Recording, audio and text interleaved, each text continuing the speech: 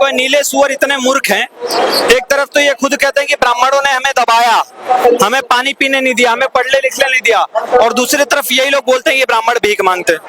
तो या तो तुम इस पे अड़ जाओ कि ब्राह्मण भीख मांगते, या तो इस पे अड़ जाओ कि ब्राह्मण हमें दबा रहे थे। तुम्हें अगर ब्राह्मणवाद से आजादी चाहिए तो एक हार्पिक लेकर आओ नीला वाला, उसको पी के मर जाओ, तभी तुम्हें ब्राह्मणवाद से आजादी मिलेगी। क्योंकि जब तक ब्राह्मण हमारे भारत में जिंदा है तब तक तुम्हारे बाप नहीं ले पाए ब्राह्मणवाद से आजादी, तुम क्या ले? आज भी तुम नालियां ही साफ कर रहे हो, आज भी तुम सड़कें साफ कर रहे हो। 80 साल रिजर्वेशन मिलने के बाद भी तुम्हारा ये हाल था। आप दादाओं ने ब्राह्मणवाद की गुलामी करी और ये चले थे बेटा जय भीम करके आजादी ले रहा है। इनके नाम से एक रेजिमेंट बनवाया था मायावती ने, युद्ध छोड़कर भाग गए थे डरपोक। तुम जिसको अपना बाप मानते हो डॉक्टर बाबा साहब अम्बेडकर, उन्होंने खुद अपनी बहनों की शादी स्वर्ण समाज में करी है। उन्होंने खुद अपनी बहनों की शादी दलितों के साथ नहीं करी, तो हम कैसे कर दें? हम तिलक तराजू और तलवार, इनको मारो जूते चार, इन चीजों को कैसे देखते हैं, कैसे जवाब देंगे? मैडम जी वो दूर जाके बोलते हैं ना, वही तो बात है। नीले पटके वाले नीले पटकों के बीच में ही बोलते हैं। अगर इनके अंदर हिम्मत होगी तो आके बोलेंगे ना ब्राह्मणों के सामने। ब्राह्मणवाद अगर मुर्दाबाद जिस दिन होगा ना, उस दिन देश खत्म हो जाएगा।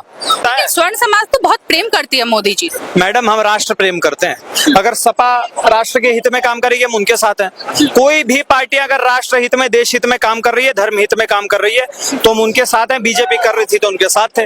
जब हम देश हित के लिए साथ दे सकते हैं तो अपने समाज के लिए तो हम कुछ भी कर सकते हैं। तो उसका एक एग्जाम्पल सेट करने के लिए, एक उदाहरण देने के लिए हम यहाँ पर जमा हुए हैं। और अगर आप इससे नहीं मांगोगे फिर तो हम बहुत कुछ करना जानते हैं। दलित समाज के लोग बोल रहे हैं कि पहले ब्राह्मणों ने सताया, अब जब हम लोग पढ़ने लगे तो अब ये लोग बोलते हैं कि रिजर्वेशन को हटा देना चाहिए। पढ़ने लगे उसके बावजूद 80 साल से तुम वहीं पर हो। आज भी तुम नालियां ही साफ कर रहे हो, आज भी तुम सड़कें साफ कर रहे हो।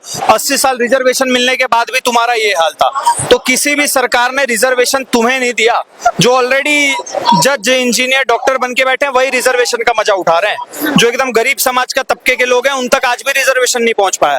तो हमारा यही कहना है कि 36 बिरादरी एक साथ आओ, इस रिजर्वेशन नाम के काले कानून को हटाओ और अपने भारत को विश्वगुरु बनाओ। समाज का विकास कैसे होगा? मैडम रिजर्वेशन मत हटाओ, उसमें रिफॉर्म करो। सबको, जो गरीब सच में जिसको जरूरत है आर्थिक आधार पर, उसको रिजर्वेशन दो। क्रिमिनल लाओ, जो बड़े बड़े पद पर ऑलरेडी लोग पहुंचे उनसे रिजर्वेशन छीन के, और जो गरीब समाज के लोग हैं उनको रिजर्वेशन दो, ताकि वो गरीब समाज का बच्चा भी आगे आके और भारत के उत्थान में अपना योगदान दे सके। बस इतनी सी मांग है हमारी। अगर किसी को ज्यादा जातिवाद करने का चुल काट रहा है तो वो सामने आके एक बार आमना सामना कर ले, हम बता देंगे क्या चीज है। सिंपल आमना सामना करने की बात कर रहे हैं। बिल्कुल। जो देश हित धर्म हित के खिलाफ बात करेगा, भारत को नुकसान पहुंचाने का बात करेगा, भारत को तोड़ने का बात करेगा, हमारे हिंदू धर्म को बांटने का बात करेगा, उसके साथ हम अपने तरीके से निपटेंगे। गोली खाने वाले कौन थे? मंगल पांडे, ब्राह्मण थे। जीरो की खोज करने वाले कौन थे? आर्यभट्ट, ब्राह्मण थे।